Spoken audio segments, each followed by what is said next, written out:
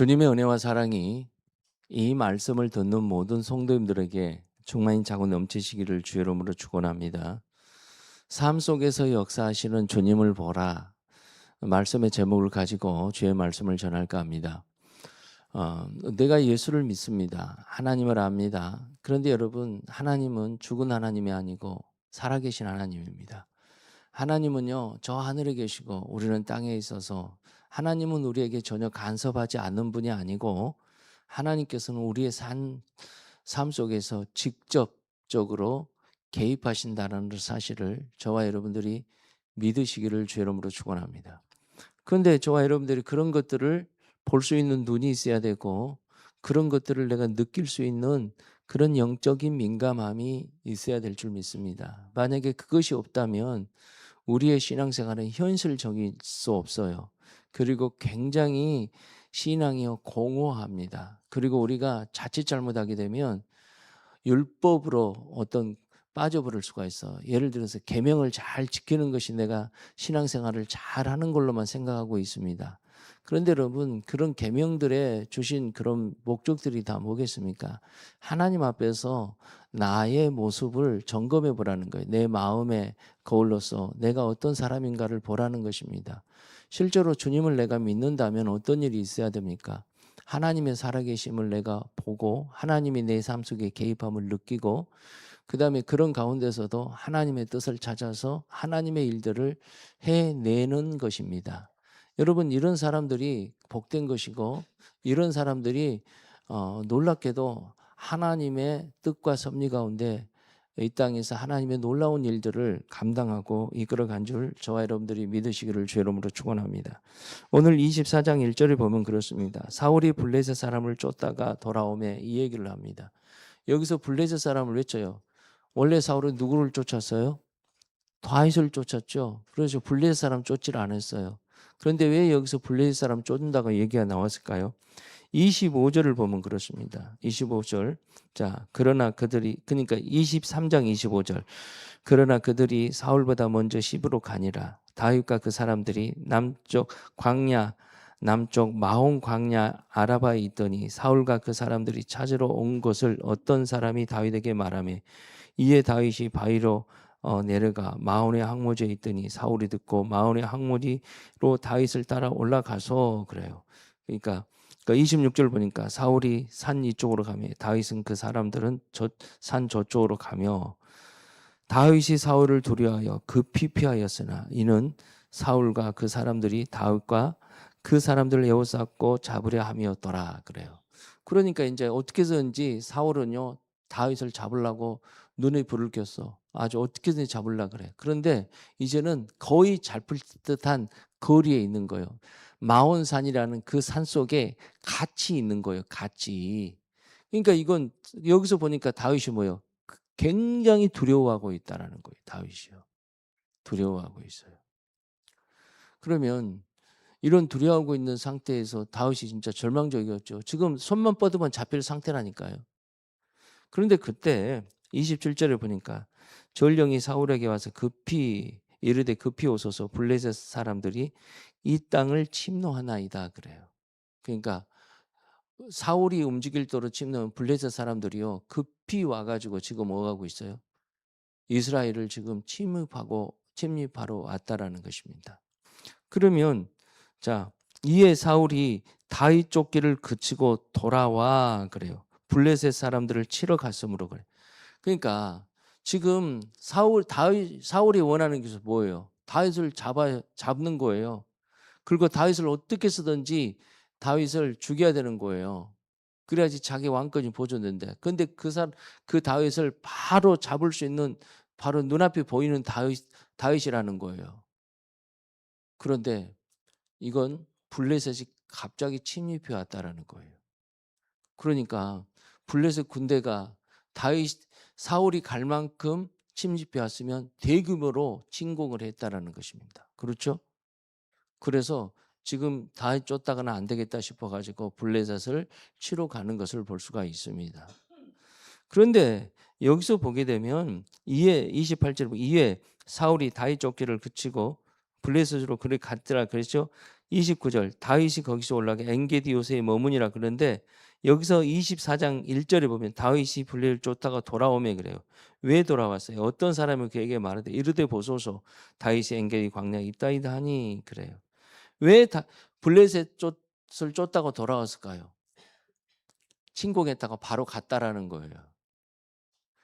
그러면 여기서 그렇게 블레셋 군대라는 그 군대를 이끌 수 있는 분이 누굽니까? 그 당시 꼭 그 상황에 맞춰서 여러분 하나님께서는 다윗을 구원하시려고 블레셋을 동원했다라는 거예요.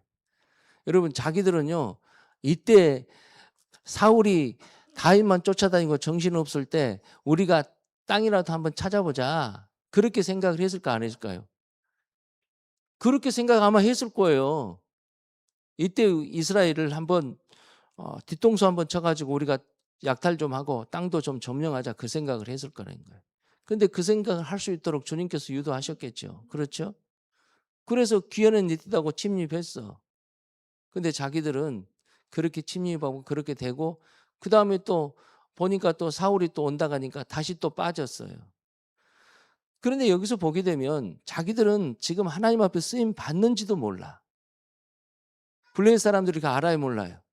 전혀 몰라요. 그런데 우리가 딱 보기에는 하나님의 역사하는 거예요, 안 하는 거예요? 하나님의 역사하는 거예요. 다윗도 역시 그것을 알았을 거라는 거예요. 아, 이거 내가 죽을 목숨인데 블레셋을 이용해서 나를 살렸구나. 그러는 거예요. 그런데 사울도 역시 그것을 사울은 그것을 모르고 있는 거예요. 모르고 있어. 그래서 다시 또 엔게디 광야에 다윗이 있다는 얘기 듣고 이번에는 내가 놓치지 아니라 그러면서 이를 부득부득 갈고 어떻게 합니까? 2절에 보니까 3천 명을 거느렸대요. 3천 명이라는 거예요. 정예군이라는 거예요. 이 사람들을 거느리고 다윗을 찾으러 들염소 바위로 갈새 그러는 거예요. 들염소 바위로 갈새. 하나님은 어떤 분이십니까? 하나님의 뜻이 있고 계획이 있어서 하나님이 세운 사람을 주님께서 사랑하십니다. 그렇죠? 그것은 그래서 하나님께서 다윗을 지키고 보호해 주시는 거예요. 여러분 우리 삶 속에서 그런 적이 있어요? 없어요? 있죠. 저는요. 주님께서 저를 구원하시려고요. 기가 막힌 일들을 하셨어요. 제가 이제 그 서울에서 그 공장에서 이제 그 옷 만드는 공장에서 아이롱사로 일했다 그랬잖아요. 근데 아이롱사로 그렇게 일을 열심히 그렇게 하고 있을 때 아유, 그 일도 지치고 힘들었어요. 그런데 갑자기 들려오는 소리가 있어. 우리 작은아버지가 인천에 가서 도배를 배운 거예요. 그래서 목포에 와서 도배를 하신대. 그래 가지고 우리 형님한테 우리 의주 형님한테 와서 얘기를 하는 거예요. 너 도배 내려와서 나하고 같이 도배하자. 도배하면은 돈 좀 벌고 기반 좀 잡아야겠네. 그런데 그 얘기를 듣자마자 내가 내려가고 싶은 거예요. 그래서 내가 서울 생활을 청산하고 목포로 이사 갔다니까요. 그런데 목포로 이사 가가지고 그곳에 있으면서 우리 작은어머니를 주님께서 쓰임 받게 해가지고 나를 기도원으로 인도해서 그곳에서 주님을 만나게 해서 저를 구원시킨 줄 믿습니다. 더 찐하고 보니까 듣게 했고 주님께서 목포로 인도하셨던 분이 바로 우리 주님이셨다라는 거예요. 그렇게 하셨다라는 거예요. 오늘 저와 여러분도 역시 마찬가지입니다. 우리가 이 땅에 살아가면서 분명히 하나님의 역사는 우리는 내 욕심대로 내가 원하는 대로 내가 바라는 대로 이렇게 한 것 같지만 그 모든 과정에서 하나님이 개입하고 있다는 사실을 잊지 마시길 바라요. 그런데 문제는 내가 그것을 인식하면 주님이 기뻐하는 쪽으로 내가 일을 하겠죠. 만약에 내가 인식하지 못하면 하나님의 뜻도 아닌데 내가 마음을 쓰고 힘쓰고 애쓰고 그러고 있지 않을까요? 그렇죠? 그런데 여기서 보게 되면요. 놀랍게도 하나님은요. 다윗을 통해서 거의 하나님이 왕으로서의 하나님의 주권과 권위에 대한 시험적인 일들을 하나님께서는 다윗을 통해서 보여주는 것을 볼 수 있어요. 다윗을 시험하는 것으로 좀 이렇게 보여주는 것을 볼 수가 있다라는 것입니다. 지금 다윗은 지금 하나님께 지금 사울에게 쫓겨 있는 상황이잖아요. 사울만 죽으면은 그 도망자 생활에서 이제 벗어날 수 있는 거예요. 그렇죠? 그리고 원래 다윗이 이스라엘 백성들에게 인기가 좋았던 사람이에요. 그렇기 때문에 사울 왕의 뒤를 이어서 그리고 합법적으로 사무엘을 통해서 기름까지 부었고요. 그러니까 충분히 지금 상황에서 쫓겨다니고 있고 지금 잡으려고 한 상황에서 지금 어떻게 됐어요? 사울 왕을 죽일 수 있는 기회가 있잖아요. 오늘 본 말씀 보니까 그래요. 3절 보니까 길가에 양 우리에 이른지 굴이 있는지라 사울이 뒤를 보러 들어가니라. 여기서 뒤를 보러 들어간다라는 것은 잠을 자러 원어상으로 보면 되면 잠을 자러 들어가는 것도 있고요. 그 다음에 또 대변을 보러 간다는 그런 것도 있고 그래요.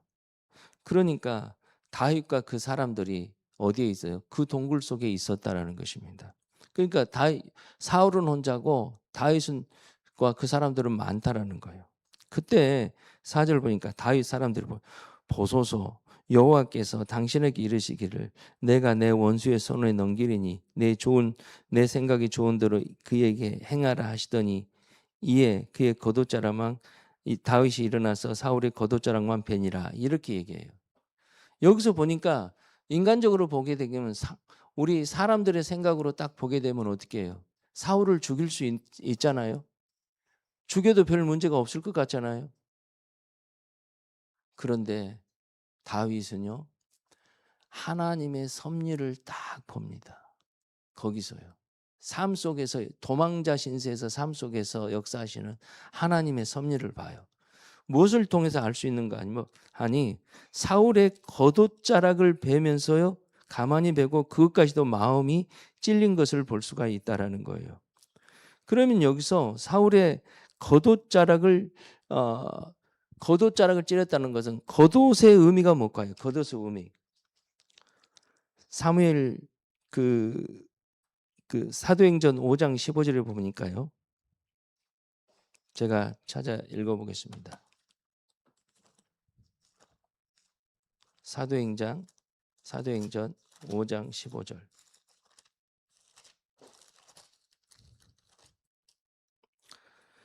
자, 심지어 여기서 사도들이 표적을 일으키는 장소죠.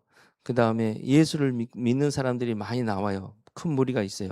15절 보니까 심지어 병든 사람을 메고 거리에 나아가 침대와 요 위에 누이고 베드로가 지날 때 혹 그림자라도 그에게 덮을까 바라고 그래요. 여기서 혹 그림자라고 더이더 바란다라는 것은 그 당시 유대인들의 의식 속에는 뭐가 있었어요? 바로 그 그림자를 덮다라는 그런 의식 속에서요.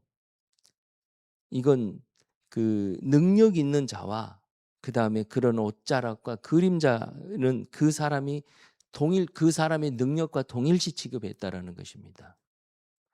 그리고 사도행전 19장 11절에 보니까 바울이 엄청나게 기적과 표적을 일으켰을 때 바울의 손수건 앞치마 만지는 사람까지도 뭐하냐?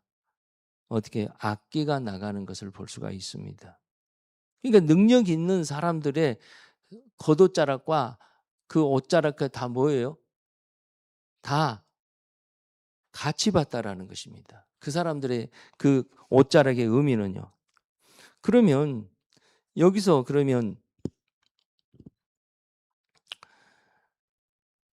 나중에 여기서 사무엘상 15장인가 그때 그 아멜렉 사람이 있잖아요. 그 아멜렉을 진멸하라 그러는데 그 진멸을 안 했잖아요, 다. 그리고 사울이 자기 마음대로 했어. 그걸 보고 하나님께서 사무엘을 통해서 다윗 왕을 사울 왕을 굉장히 책망하십니다. 그러니까 아픈 마음을 가지고 그냥 그 자리를 떠나요. 그런데 그 자리를 떠날 때 사울이요. 자기 체면을 생각해서 누구를 잡아요? 사무엘을 잡아요. 근데 사무엘에서 옷자락을 잡는데 그 옷이 찢어져 버려요. 그런데 그 옷이 찢어질 때 거기서 그래요. 너희 나라가 두 쪽으로 찢어질 것을, 그것을 얘기하는 것을 볼 수가 있어요. 그리고 실제로 열왕기 상에 가가지고요, 그 솔로몬 그 아들 그 르호보암 왕이요, 솔로몬을 이어서 왕이 되잖아요. 근데 그때 유다 지파와 베냐민과 그 다음에 열 지파가 실제로 이렇게 이스라엘이 나누어지는 것을 볼 수가 있다라는 거예요. 그러니까 겉옷의 의미가 여러 가지 의미가 있다라는 거, 아니 그런 의미가 있었다라는 거예요. 그런데 그런 의미를 누가 알고 있어요? 다윗이 알고 있는 거예요. 그 당시에. 그러니까 하나님의 섭리와 그 모든 것을 알고 있기 때문에 겉옷만 살짝 베는 것입니다. 그리고 나가지고 이제 나와서 얘기를 해요. 내가 당신을 죽일 수도 있었는데 내가 이렇게 하나님이 기름 부은 받은 사람을 내가 어떻게 함부로 죽이겠습니까? 나는 못 죽입니다. 그리고 나가지고 그 증거를 보여주는데 11절에 보면 이렇습니다. 내 아버지여 보소서, 내 손에 있는 왕의 옷자락을 보소서 그래요. 내 손에 있는 왕의 옷자락. 그러니까 이 왕의 옷자락만 살짝 거든. 그러면서 이걸 당신 죽일 수 있었다고. 근데 안 죽였다. 근데 여러 가지 안 죽일 수 있는 여러 가지 증거가 있어요. 여러 가지. 예를 들어서 이런 거 있잖아요. 우리 구속이 다 있었다고. 당신 이렇게 하는 행동했지 않겠냐고. 충분히 당신 죽일 수 있었다고. 근데 그런 증거를 얘기하지 않고 왜 겉옷자락을 잘라서 얘기를 했냐라는 거예요. 이것은 삶 속에서 역사하신 하나님의 뜻과 하나님의 의도를 잘 알고 있었다라는 거예요. 이것은 지금 일반적인 상식과 일반적인 의견 가지고는 충분히 사울을 죽일 수 있는 능력이 있고 또 힘도 있었고 기회도 됐다라는 것입니다. 그런데 하나님의 섭리를 딱 깨닫는 거였어요. 깨닫고 나니까 이것은 죽여야 되는 섭리가 아니구나. 그러면서 놀랍게도요, 사울 왕이 다윗은 하나님이 섭리 가운데 역사하고 있고 보호하고 있다라는 것을 깨닫게 만드는 것을 볼 수가 있어요. 이전에도 알았는데 깨닫게 만들었어. 그 내용이 뭔가 아니요. 자, 20절, 21절 다 같이 한번 읽어봅시다. 시작. 보라, 나는 내가 반드시 왕이 될 것을 알고 이스라엘 나라가 내 손에 경거히 설 것을 아노니 그런즉 너는 내 후손이 끊이지 않을 것이며 내 아버지의 집에서 내 이름을 멸하지 아니할 것을 이제 여호와의 이름으로 내게 맹세하라. 이에 다윗이 사울에게 맹세하매 그래요. 보십시오. 놀랍게도 하나님의 살아계시고 다윗을 통해서 역사하는 그 삶의 현장에서 역사하는 하나님을 깨닫게 만들어 버리는 거예요. 여러분, 우리가 세상살이를 살아가는데 나만 알면 돼요, 안 돼요? 하나님이 나를 통해서 역사한다라는 것은 나만 알면 돼요? 나만 그렇게 믿고 있으면 돼요? 아니죠. 우리가 이 땅에 살면서요, 분명히 내가 하나님과 동행하고 하나님이 함께 한다라는 것을 사람들한테 보여줄 수 있어야 돼요. 할렐루야. 근데 그것을 내가 말로 해서 되냐고요? 삶 속에서 보여줬다라는 거예요. 여러분, 삶 속에서 보여준 것 중에 하나가 뭐예요? 죽일 수 있었는데, 원수를 갚을 수 있었는데 안 갚았어요. 용서한 거나 똑같잖아요. 우리는 여러분, 이런 일을 사도행전서는 사도 바울이 합니다. 사도 바울이요, 죽도록 두드러 맞았어. 두드러 맞은 것도 하나님의 섭리로 알아. 빌립보에서. 그리고 감옥에 갇혔어. 그럼 거기서 하나님께서 두드러 맞게 했고 감옥에 갇히게 했구나. 그렇게 해서 어떻게 했어요? 찬양했어요, 그곳에서. 찬양하고 나니까 어떤 일이 있어요? 천지가 진동하면서 옥문이 열린 거예요. 간수가 채소를 놓치면 죽어야 되는 그런 법이에요. 그런데 죽으려고 딱 하는데 내가 살아있다고 말립니다. 그 하나님의 섭리, 하나님의 살아계심의 섭리를 어떻게 해요? 내가 세상적으로 내가 살 기회가 있음에도 불구하고 하나님의 살아계심을 드러내기 위해서 나를 그 기회를 붙잡지 않아요. 오히려 하나님을 드러내는 시간으로 갖게 하는 것을 볼 수가 있다는 것입니다.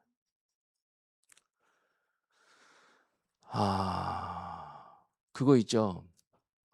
내 고향 친구들이 나한테 그러더라고요. 이번에 우리 이제 내 나이 먹으니까 자식들 결혼시킬 때 이렇게 만나가지고 친구 중에 하나가 이렇게 우리 고향 친구들이 다 그 이렇게 막 그 뭔 일 하는 거 아니? 목수 일하러 다니고 농사도 짓고 그리고 뭐 이렇게 그냥 노동일 거친 일을 하는 친구들이 많아요. 그런데 그중에서 내가 좀 이렇게 보니까 이렇게 좀 얼굴 색깔이 좀 하였나 봐. 그리고 이제 딱 나를 딱 보더만 그러는 거예요. 야, 그래도 너는 목사 같아. 그러는 거예요. 네 얼굴이 제일 환해. 다들 힘들어서 고통스럽게 하는데. 여러분 인상 한 가지만 가져도 있잖아요. 하나님 살아계심을 보일 수 있는 거예요. 놀랍게도 그런 일들이 있으니까요. 제가 그 자리에 갔는데 굉장히 환영하더라고요. 얘들도 좋아해요. 친구들도. 그렇죠. 어, 저는 그렇습니다. 할 수 있으면 주변에 있는 사람들한테 되도록이면 대접하려고 그래요. 섬기려고 그래요. 놀랍게도 그런 모든 일들이 하나님 살아계심을 보여주는 것들이에요. 그렇죠? 우리가 있잖아요. 여름 그 수련을 앞두고 성경학교 때도 참 나는 감사했어요.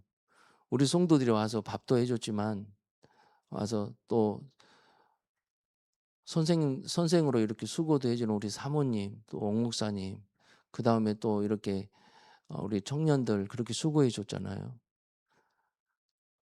근데 은정 성도님이 뭘 유고족을 사가지고 바리바리 싸갖고 왔어요. 나 얼마나 귀하더라고요. 저거 하나님이 하셨구나. 하나님이. 그렇죠? 그러니까 그런 것들을 보게 되면 저 사람을 통해서 하나님 일하고 있다. 전혀 기대 안 했는데 하나님 일하고 있다 보게 되면 어떻게 기쁘죠. 하나님에 대한 기대가 더 있죠. 그럼 우리도 역시 그렇게 보여주라는 거예요. 근데 그것을 내가 억지로 보여달라고 해서 보여주는 게 아니라 하나님과 함께 살면 보여줄 수밖에 없다라는 거예요. 다윗이 그랬잖아요. 다윗이. 옷자락을 가지고 이것은 원수 복수할 일이 아니야. 하나님이 기름 부어 세운 종이야. 옷자락만 좀 잘린 거 가지고도 굉장히 마음이 찔렸다라는 거예요.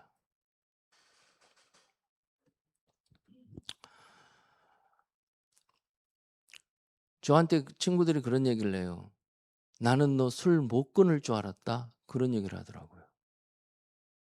근데 술을 끊었잖아요. 구원해도 안 먹으잖아요.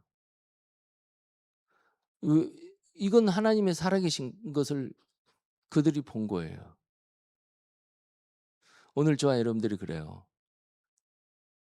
내가 하나님의 살아계심을 내 삶 속에서 느끼는 것도 중요합니다.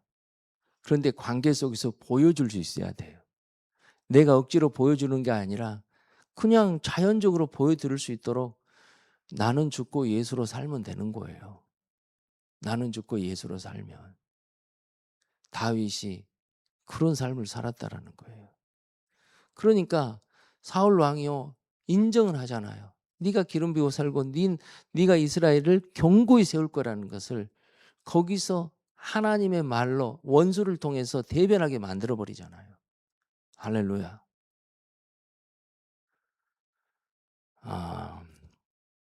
저는요 이번에 김지양 목사, 네 사랑하는 제자 목사 김나영 사모, 그 자은 동부교회 담임 목사로 갔는데요. 하나님의 살아계심의 현장이더라고요. 그들이 세상적으로 정말 똑똑하고 야무진 사람들이에요. 지식적으로도 아주 그냥 충만한 장래가 촉망된 청년들이었어요. 굉장히 엘리트들이었다라는 거예요. 그런데 부교육자만 얼마나 오랫동안 했는지 몰라. 그런데 주님께서 뭐 합니까? 살아계시면 섭리, 그들의 모든 어떤 세상적인 기대나 어떤 장점들 다 깎더라고요. 못 가게 만들어서. 심지어는 이번에 안 되면 때려치워야 되겠다. 그 정도까지 얘기할 정도로 힘든 상황이었어요. 그래서 내가 섬이라도 가라. 섬에서도 하나님이 충분히 일하신다. 그런데 결국은 섬에 들어갔어요. 섬에 들어가서 그 섬에도 작은 교회 아니에요. 70명이에요. 원래 거기가 한 200명 모였던 교회예요. 동부교회라고.